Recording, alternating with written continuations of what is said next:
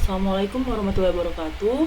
Di pertemuan kali ini kita akan belajar tentang pengenalan Blender. Blender adalah perangkat lunak grafis 3 dimensi yang open source yang digunakan untuk membuat film animasi, visual efek, model cetak 3D, dan lain-lain. Nah, Blender itu pertama kali dirilis pada tanggal 13 Oktober 2002 sebagai aplikasi open source di bawah lisensi GNU General Public License sebagai perangkat lunak yang dapat membuat berbagai macam model 3 dimensi.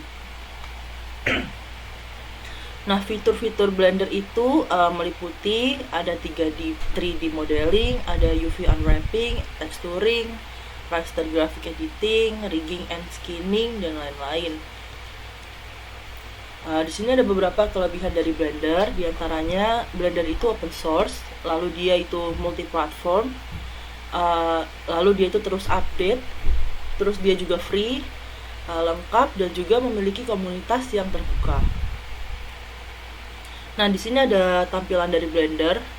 Untuk gambar ini sebenarnya untuk tampilan Blender versi 2 titik sekian ya, karena yang terbaru tampilannya akan berbeda, tapi fungsi-fungsinya sebagian besar tuh sama. Jadi di sini tuh ada window type menu, lalu ada tool shelf di bagian sini, terus ada info window, ada split window widget di bagian sini, terus ada window type menu, ada properties self reveal widget juga di sebelah sini, ada outliner windows di bagian sini, ada properties windows, ada split windows widget, ada timeline-nya juga, terus ada 3D view window header, dan juga ada 3D view window-nya. Nah, untuk pengertian dan juga fungsi dari masing-masing tampilan yang ada di Blender itu bisa kalian lihat di slide berikut ya. Jadi di sini 3D view windows itu merupakan lembar kerja pada Blender. Nah, yang di dalamnya terdapat objek-objek yang dibuat di dalam Blender. Lalu di situ ada 3D view window header, ada window type menu, ada timeline window, ada split window widget. Nah, untuk fungsi dan juga keterangan-keterangannya bisa kalian baca sendiri. Lalu juga di sini ada info window, tool shelf, properties windows, properties self reveal widget, ada outliner window. Untuk fungsinya bisa kalian baca juga sendiri ya. Lalu di sini ada konfigurasi Blender, dimana kalau misalkan kita pengen buat objek baru, kita bisa pakai instruksi add terus ke mesh, atau kita bisa pakai shift A terus mesh. Terus untuk mengedit objek juga kita bisa pakai edit mode, atau kita bisa pakai tab pada keyboard kita. Terus untuk kembali ke tampilan awal atau objek awal, kita bisa pakai object mode atau kita pakai tab lagi.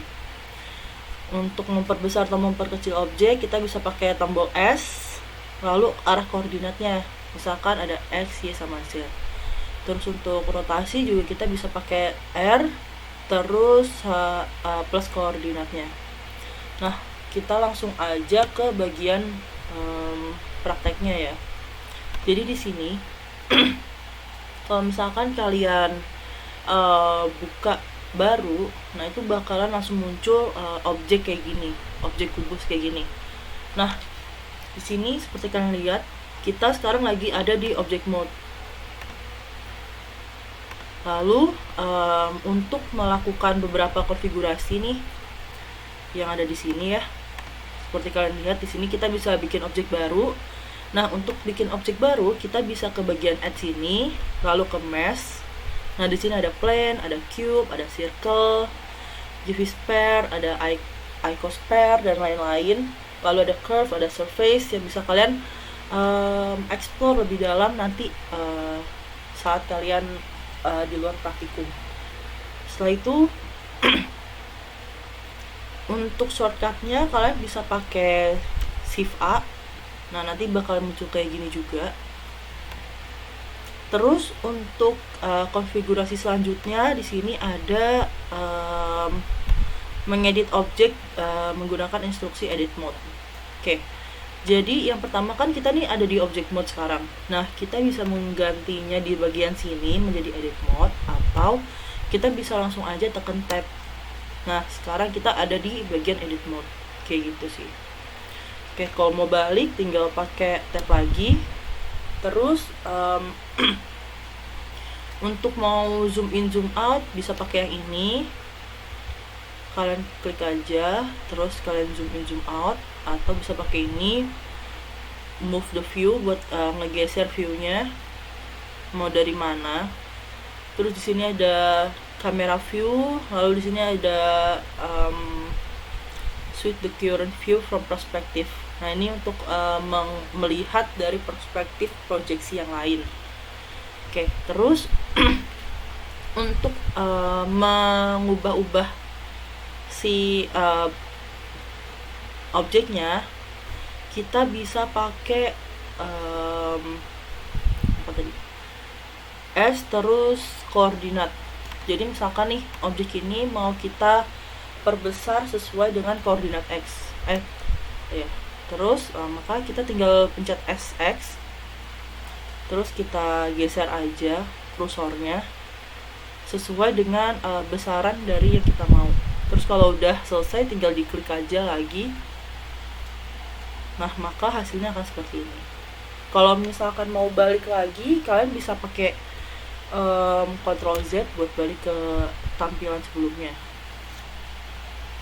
Terus kalau misalkan mau ngubah ke kanan sesuai dengan sumbu Y, bisa S terus plus Y.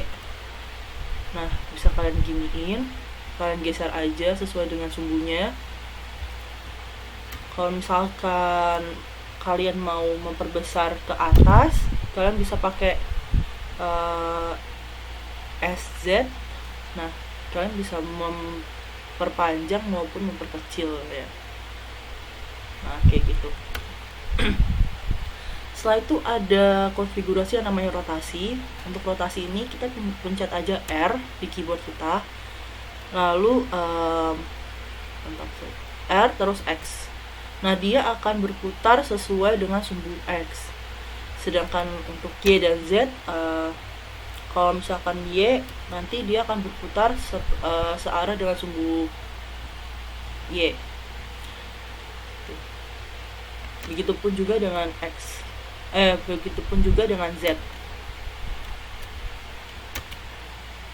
Setelah itu, untuk selanjutnya kita akan mencoba untuk membuat sebuah meja dan juga kursi. Nah, ini untuk KCT-nya ya, teman-teman. Jadi di sini dari objek ini kita coba bikin objek meja dulu pertama. Misalkan berarti untuk meja kita lebarin dulu ya. Kita pakai SX untuk memperpanjang. Oke, terus SY kita lebarin sesuai dengan lebar yang kita mau. Setelah itu kita pipihin pakai SZ. Oke, kita pipihin.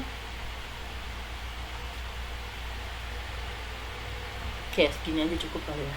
Nah, terus kan ini baru permukaannya aja nih. Nah, kita mau coba untuk bikin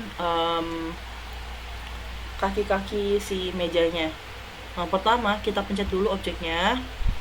Setelah itu kita ubah dari object mode ke edit mode. Udah kayak gini. Terus kita akan menggunakan loop cut, atau kita bisa pakai Ctrl R untuk memotong bagian sisi-sisinya. Nah, kalau misalkan udah kita pencet kan bakal muncul kayak gini ya. Kalau misalkan kursornya kita arahin ke objeknya, nah itu tinggal kalian drag aja ke bagian samping, karena kan kaki-kaki itu pasti ada di bagian pojok-pojok ya. Nah, oke, terus sebelah sana juga. Terus sini.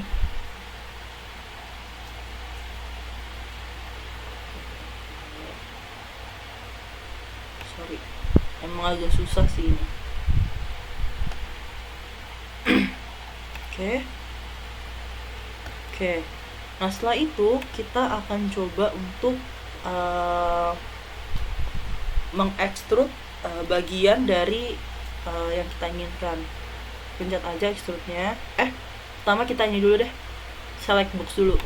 Kita pilih dulu bidang yang kita inginkan. Awalnya kan kita pakai ini nih di bagian edit mode, kita pakai vertex select ya.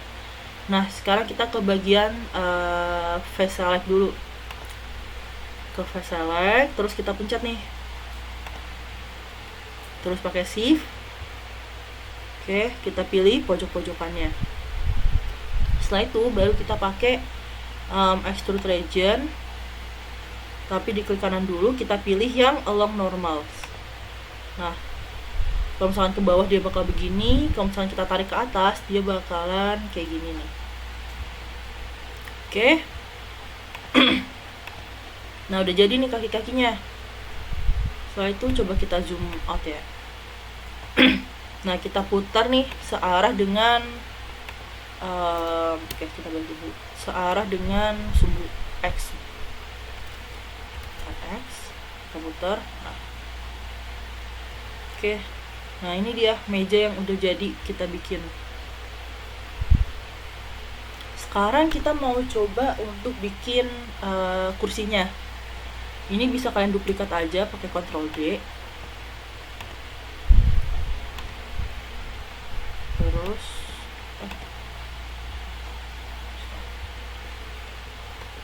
duplikat objek. Shift D, sorry. Pakai Shift D ya, teman-teman. Nah, di sini setelah itu kita select objek yang keduanya. Kita coba untuk bikin meja dari sini.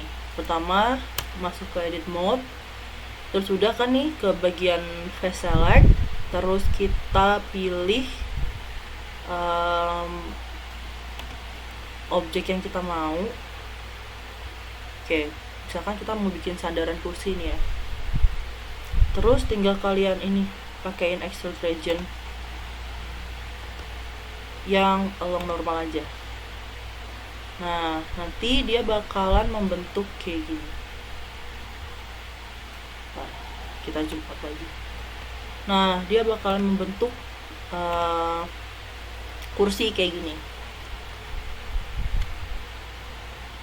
Kalau misalkan mau ada pegangannya bisa kalian atur lagi, pakai loop cut lagi aja. Kalian sesuaiin, misalkan di sebelah sini ya, sama di sebelah sini misalkan pegangannya. Nah, terus kalian select lagi di bagian sini, face di bagian sini, sama di shift sini. Nah, terus kita extrude lagi pakai along normal aja. Nah, kalian bisa tambahin kayak gini pegangannya. Oke, jadi di sini ada meja dan juga ada kursi di sini. Oke, jelek ya. Oke,